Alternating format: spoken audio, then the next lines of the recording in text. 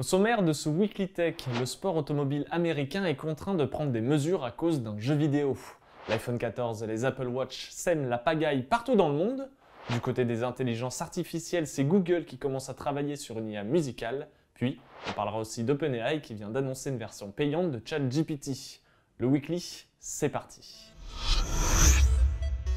Aujourd'hui, je vous emmène de l'autre côté de l'Atlantique et plus précisément aux États-Unis, là où l'une des compétitions automobiles les plus folles prend vie. J'ai nommé la NASCAR. Pour ceux qui ne connaîtraient rien à ces compétitions automobiles, il s'agit tout simplement de courses de stock car se déroulant sur des circuits ovales. Et pour vous donner un ordre d'idée de la folie que c'est, les pilotes de NASCAR roulent pendant plus de 3 heures à des vitesses titillant les 300 km/h. Avec ces quelques informations, nul besoin de vous préciser que les accidents sont monnaie courante et que les risques pris par les pilotes sont assez démesurés, et ce, même si les organismes prennent toutes les mesures nécessaires pour en faire un show sécurisé et passionnant. Et en parlant de sécurité, la National Association for Stock Car Auto Racing vient d'interdire à ses pilotes de réaliser un move très populaire dans l'univers des jeux vidéo. Une interdiction qui peut paraître étonnante de prime abord, mais qui est en fait on ne peut plus logique lorsqu'on y apporte du contexte. L'automne dernier, le public du Martinsville Speedway en Virginie a été témoin de l'un des mouvements de dernier tour les plus spectaculaires de l'histoire de la NASCAR. Ross Chastain a remporté le Championship 4 des playoffs en roulant pied au plancher contre le mur sur toute la longueur du dernier virage, dépassant ainsi 5 voitures et son rival Denny Hamlin. Et vous savez quoi? Ce move épique, on doit à un jeu vidéo. À l'issue de cette course folle, le pilote avait d'ailleurs expliqué: J'ai beaucoup joué à NASCAR 2005 sur GameCube avec mon frère en grandissant, et vous pouvez vous en sortir ainsi. Et je n'ai jamais su si ça allait vraiment marcher. J'ai fait ça quand j'avais 8 ans. Mais malheureusement pour les fans de la compétition et heureusement pour la sécurité des pilotes, la NASCAR vient d'interdire le wall ride. Le site officiel de la compétition a décidé d'infliger une pénalité de temps à tout véhicule qui tenterait une manœuvre dangereuse comme celle de Ross Chastain. Ce move survenu à Martinsville l'année dernière entre de ce fait encore un peu plus dans l'histoire du sport automobile américain.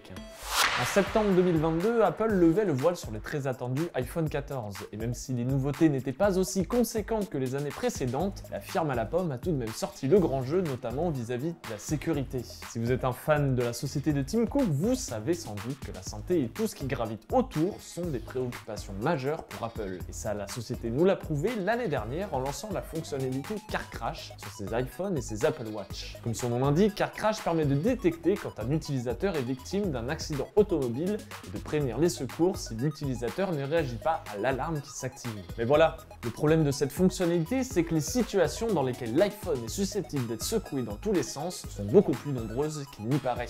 Et l'une des situations qui crée le plus la pagaille chez les services d'urgence, c'est tout simplement le ski. Et oui, la vitesse, les cris et les gros secousses sont monnaie courante lorsqu'on dévale une piste à toute allure. Et le problème, c'est que l'iPhone est incapable de différencier un accident de voiture d'une chute à ski bénigne. En France, les appels d'urgence déclenchés par les iPhone 14 sont nombreux, mais ce n'est rien à côté de ce à quoi peuvent être confrontés les autres pays. Au Japon, par exemple, nos confrères de 9to5Mac indiquent que les pompiers des Alpes de Kita à Nagano au Japon ont déclaré avoir reçu 134 faux appels entre le 16 décembre et le 24 janvier. Pour vous rendre compte de l'ampleur du problème, sur les 919 appels reçus par les services d'urgence japonais, 10% d'entre eux proviennent de la fonctionnalité Car Crash. Et comme si ce n'était pas assez, les difficultés de ce système ne se limitent pas qu'au ski, puisque les montagnes russes activent aussi le dispositif. Bref, vous l'aurez compris, c'est un véritable problème pour les services d'urgence de nombreuses régions du monde qui ont l'obligation d'intervenir lorsqu'un appel est déclenché. Comme vous vous en doutez, Apple est bel et bien au courant de ces problèmes en lien avec son système. Les équipes de Tim Cook travaillent d'ailleurs d'arrache-pied pour corriger et optimiser Car Crash, même si tout ne semble pas encore au point. Si vous avez skié pendant les vacances de février et que vous avez un iPhone ou une Apple Watch, surveillez donc bien votre appareil pour qu'il ne s'affole pas sans raison.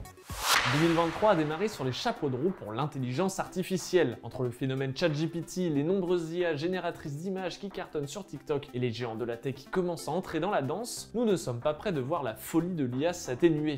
Et en parlant de géants de la tech, Google a d'ailleurs un peu raté le train de l'intelligence artificielle. Pour vous dire, avec l'OVNI ChatGPT, le membre des GAFAM a même dû enclencher un code rouge en interne pour ne pas laisser l'outil d'OpenAI prendre le dessus sur le moteur de recherche. Pour faire simple, Google a mobilisé plusieurs de ses ingénieurs pour développer un chatbot comparable à celui d'OpenAI qui porte le nom de Sparrow. Mais ce n'est pas tout, puisque la firme californienne a aussi partagé il y a quelques jours un communiqué sur une nouvelle intelligence artificielle baptisée MusicLM. Comme son nom l'indique, MusicLM est un modèle capable de générer des morceaux de musique à partir de descriptions textuelles. Mais ce n'est pas tout. L'IA de Google peut aussi transformer une mélodie sifflée ou fredonnée en une vraie composition musicale.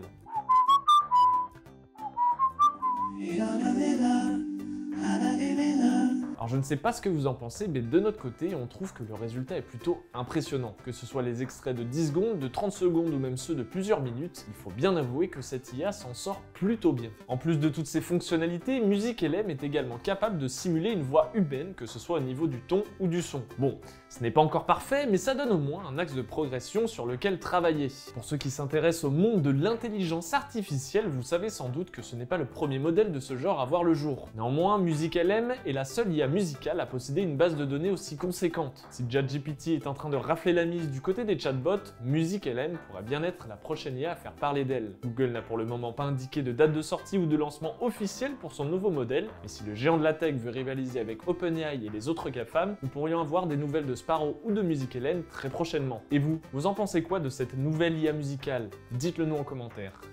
Ce n'était qu'une question de temps avant qu'OpenAI lance une version payante de ChatGPT. En même temps, il faut dire que l'intelligence artificielle a eu un tel impact sur le secteur de la technologie et des médias qu'il était presque inévitable qu'une version payante suive la version publique et gratuite. La société californienne a donc profité de ce 1er février pour nous annoncer la sortie de ChatGPT+.